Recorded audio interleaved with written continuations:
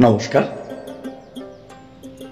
কবি নীরেন্দ্রনাথ চক্রবর্তীর কাহিনীমূলক একটি কবিতা অমলকান্তি।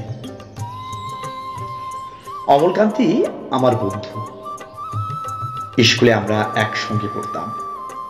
রোজ দেরি করে ক্লাসে আসতো, পড়া পারত না। শব্দরূপ জিজ্ঞেস করলে এমন অবাক হয়ে জানালার দিকে তাকিয়ে থাকতো যে দেখে ভারী কষ্ট হতো আমাদের। আমরা কেউ মাস্টার হতে চেয়েছিলাম, কেউ ডাক্তার, কেউ উকিল।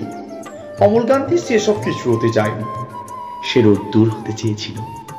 ক্ষান্ত বর্ষণ, কাক ডাকা বিকেলের সেই লাজুক রোদ্দুর, জাম আর জামরুলের পাতায় যা নাকি অল্প একটু হাসির মতন লেগে থাকে। আমরা কেউ মাস্টার হয়েছি, কেউ ডাক্তার, কেউ উকিল। অমলকান্তি রোদ্দুর হতে পারেনি। সে এখন অন্ধকার একটা ছাপাখানায় কাজ করে।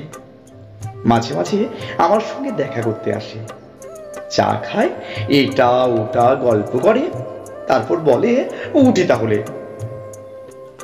আমি ওকে দরজা পর্যন্ত এগিয়ে দিয়ে আসি।